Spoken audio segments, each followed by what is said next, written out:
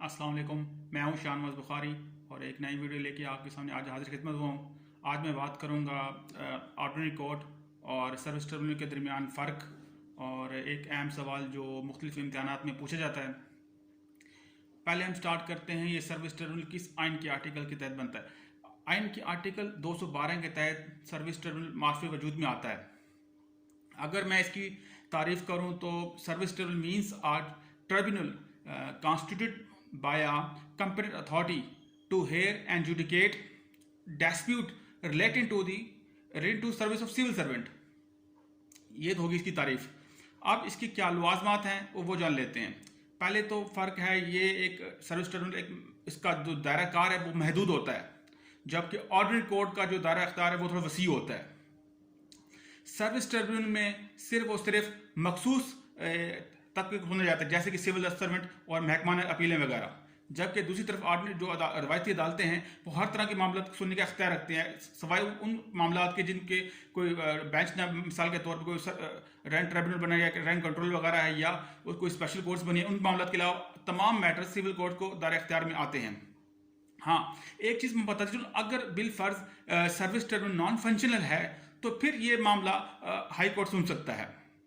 Otherwise service tribunal ही तमाम civil servant मामला सुनता है, बजाय इसके कि दो चार अभी 2016 में सुप्रीम कोर्ट के फैसले के मुताबिक अपग्रेडेशन और जो प्रमोशन के किसी से वो हाई कोर्ट सुन सकती है। अब चलते हैं तो अपने दोबारा सवाल की जानिब। सर्विस ट्रिब्यूनल जो मेंबरान जो रखे जाते हैं वो हुकूमत भर्ती करती है, और ज़रूरी नहीं है कि ये चीज़ जैसे वो पाकिस्तान से इसका मशवरा किया जाए, कंसल्टेशन की जाए, जबकि रवायती अदालतों के मामला वो खुद मुख्तार होते हैं, वो चीफ जस्टिस के अंडर कंट्रोल होते हैं, वो मुख्तलिफ इंतजामी मामला देखता है, जबकि सर्विस ट्रिब्यूनल में ऐसा नहीं होता। जो भी टाइम टू टाइम गवर्नमेंट की पॉलिसीज़ हैं वो उनके इम्प्लीमेंट कराना लाजमी होता है। मेंबर बाउंड है गवर्नमेंट की पॉलिसी को के मद्देनजर रखने के लिए। अब दूसरी जानिब पूरा एक प्रोसीजर है एविडेंस का कॉल करने का रवायती अदालतों के पास, जबकि सर्विस ट्रिब्यूनल के पास ऐसा नहीं है, महदूद है।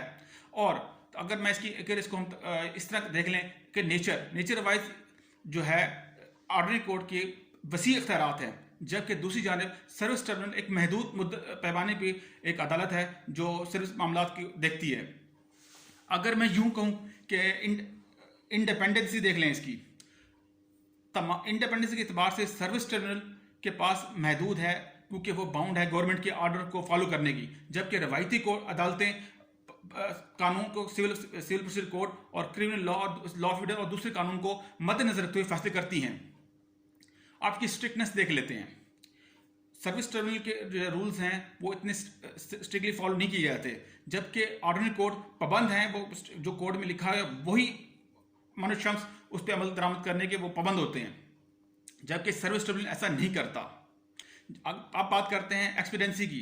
एक्सपीडिएंसी से मुराद ये कि अगर तो किसी सर्विस के कानून में महकमा अपील का रखा गया है तो लाजमी है कि वो पहले डिपार्टमेंट आए और उस पर ये मजीद ये कि टाइम लिमिटेशन 90 दिन का है। अगर कोई गरीब पर्सन है 90 दिन के उससे मसला हुआ, उसके साथ कोई गवर्नमेंट ने डिसमिसल किया है, तो वो 90 दिन के अंदर सर्विस ट्रिब्यूनल से रिव्यू करेगा और डिपार्टमेंट अपील लाजमी करेगा, क्योंकि ये सर्विस मैटर का लाजमी जुज है।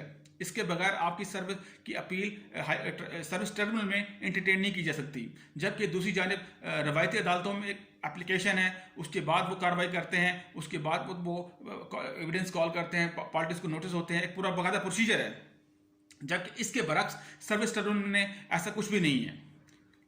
पार्टी ने नोटिस किया क्योंकि मुद्दी भी गवर्नमेंट सर्वेंट है और जो महकमा जहाँ है वो भी गवर्नमेंट सर्वेंट है, तो लिहाजा उनके रूल इतने सख्ती से नहीं ऑब्जर्व किए जाते। अब दूसरी जानिब प्रेसिडेंट के हवाले से सिर्फ सर्विस मैटर में सिर्फ सर्विस को ही प्रेसिडेंट मांगना जाता है, जबकि रवायती अदालतें मुख्तलिफ केसेस में या मुख्तलिफ यानी कि यूँ कह लें कि अगर एक ही तर्ज के मैटर हैं या एक ही सर्कमस्टांसिस में केस चल रहा है तो उसी के हिसाब से उसको केस को सुनने का अख्तियार रखती है, जबकि सर्विस ट्रिब्यूनल में ऐसा नहीं होता। दूसरी जानिब रवायती अदालतें प्रेसिडेंट को सख्ती से फॉलो करती हैं, जबकि सर्विस ट्रिब्यूनल में ऐसा नहीं होता।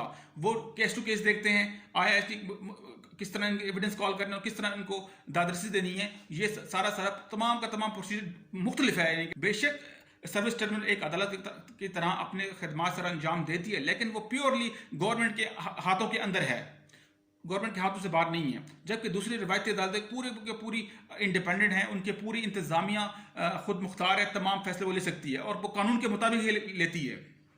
आज का ये टॉपिक उम्मीद करता हूँ आप लोगों को पसंद आएगा। आज के लिए इतना ही, खुदा हाफिज।